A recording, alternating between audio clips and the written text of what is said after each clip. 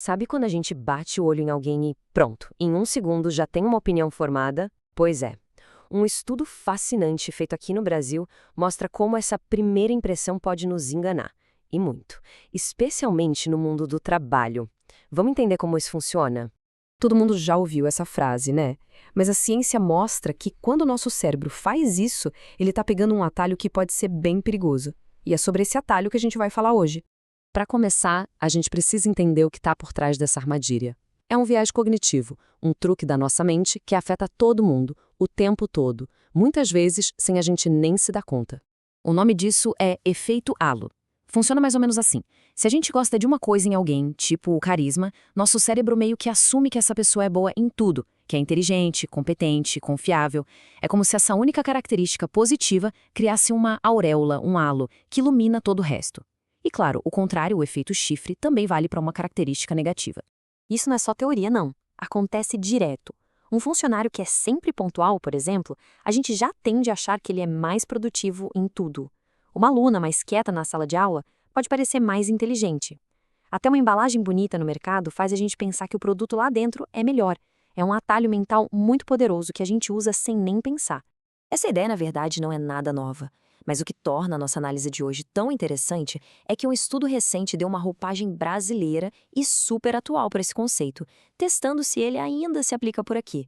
A base para tudo isso vem lá de trás, de 1920, quando o psicólogo Edward Thorndike deu nome a esse fenômeno.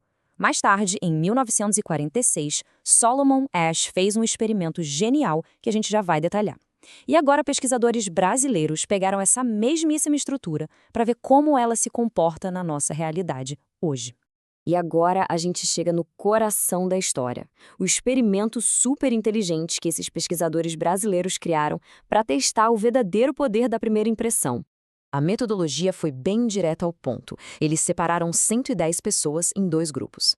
Cada grupo recebeu uma lista de adjetivos sobre uma pessoa fictícia e a tarefa era simples: dar sua opinião sobre ela. Parece fácil, né? Mas o resultado foi muito, muito revelador. Agora, presta atenção que aqui está o pulo do gato. Olhem bem para as 2 listas. As palavras são exatamente as mesmas: inteligente, trabalhadora, impulsiva, crítica, obstinada e invejosa. A única e crucial diferença foi a ordem. O grupo 1 viu o perfil da Sara, que começava com uma palavra positiva. O grupo 2 viu da Thaís, começando com a negativa. Só isso. A gente, pensando de forma lógica, diria que não deveria importar, certo? Afinal, a informação, no fim das contas, é idêntica. Mas, será que o nosso cérebro funciona de um jeito tão lógico assim? Vamos ver o que os dados mostraram. Então vamos aos resultados. Vamos ver o que os pesquisadores descobriram sobre o poder que aquela primeira palavrinha teve. A conclusão foi categórica. A primeira característica que as pessoas leram funcionou como uma âncora que acabou colorindo a percepção de todas as outras que vieram na sequência. E o resultado, gente, é de cair o queixo. Quando perguntaram se a pessoa descrita era confiável, o perfil da Sara, aquele que começava com inteligente, teve 27% de concordância. Já o da Thaís, que começava com invejosa, só 8%.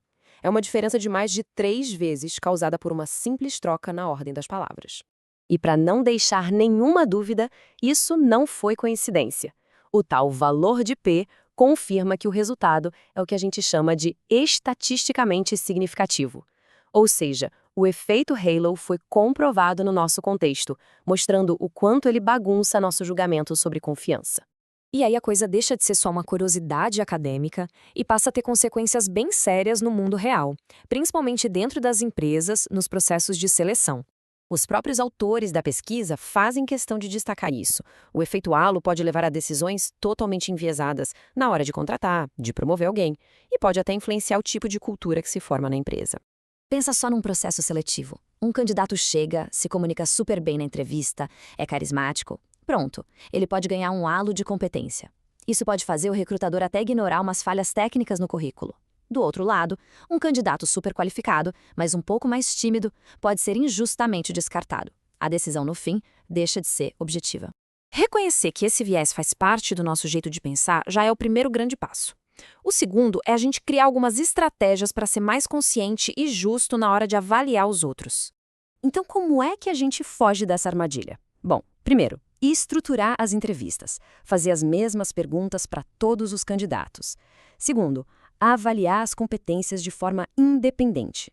Dar uma nota para cada habilidade, uma de cada vez, antes de chegar a uma conclusão geral. E terceiro, focar em dados, em resultados concretos e não só naquele bom pressentimento ou no santo que bateu. Fica aí a reflexão. O efeito halo é um atalho poderoso que nosso cérebro usa para economizar energia. Mas conhecendo essa armadilha, a gente ganha a chance de olhar além do brilho do halo e, quem sabe, enxergar as pessoas de um jeito mais completo e muito mais justo.